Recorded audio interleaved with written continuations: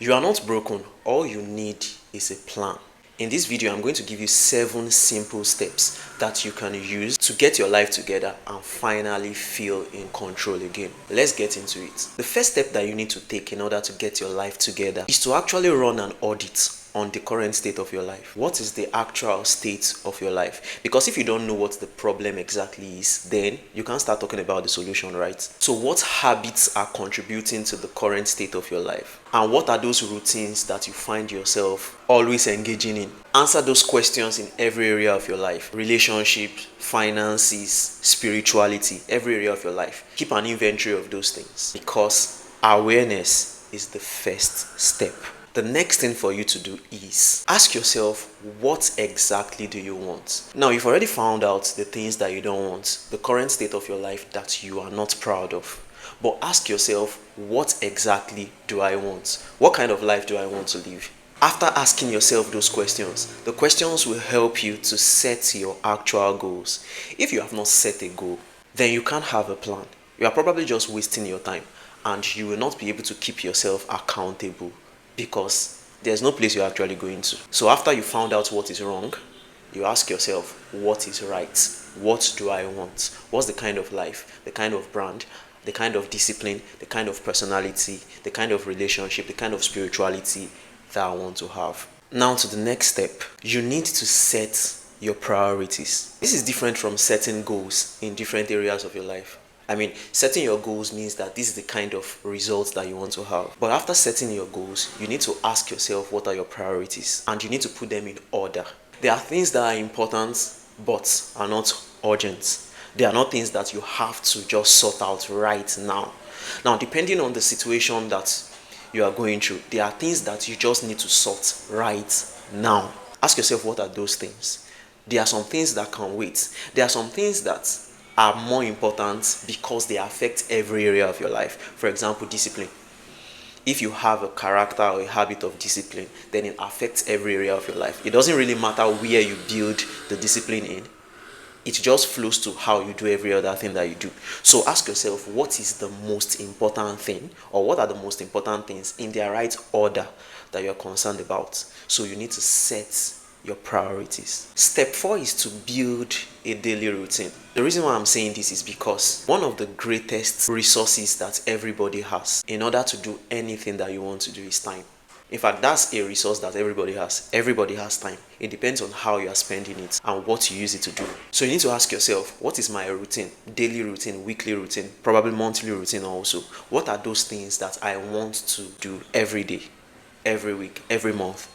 And don't just have it in your head. Write them down. In fact, you can write them down and paste it somewhere in your house or in your office. When you have a routine, it doesn't mean that you are going to be successful at following the routine immediately. In fact, you will not be successful immediately at following the routine.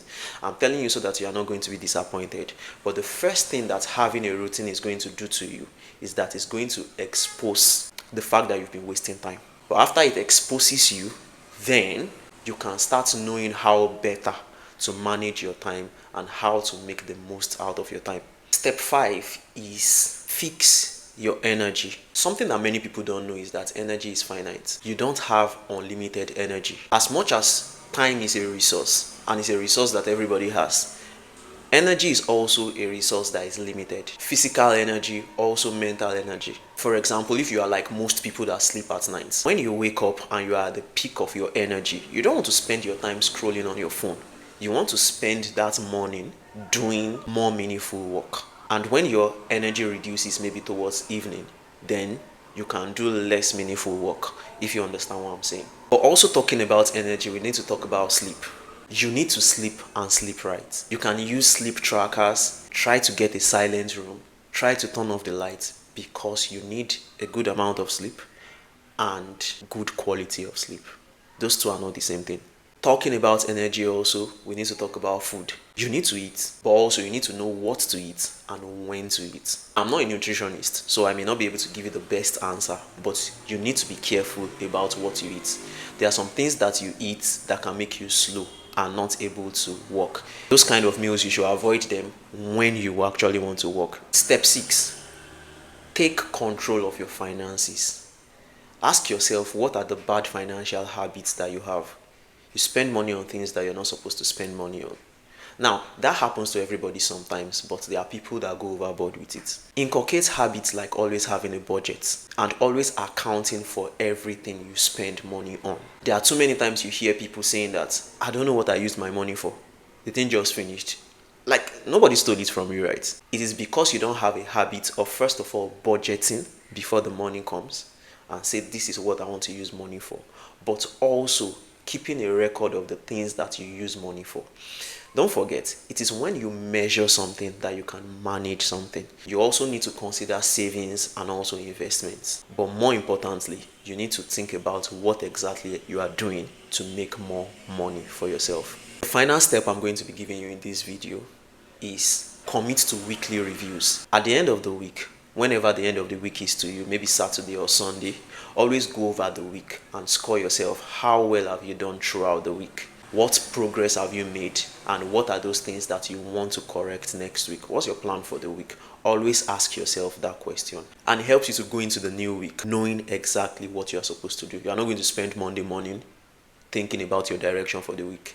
You've already done that Sunday night. So I believe that if you follow these 7 steps that I've given you, you will definitely make some amount of progress in putting your life together. If you learned something from this video, I want you to like it and subscribe to this channel and check out for more videos like this on this channel. Bye.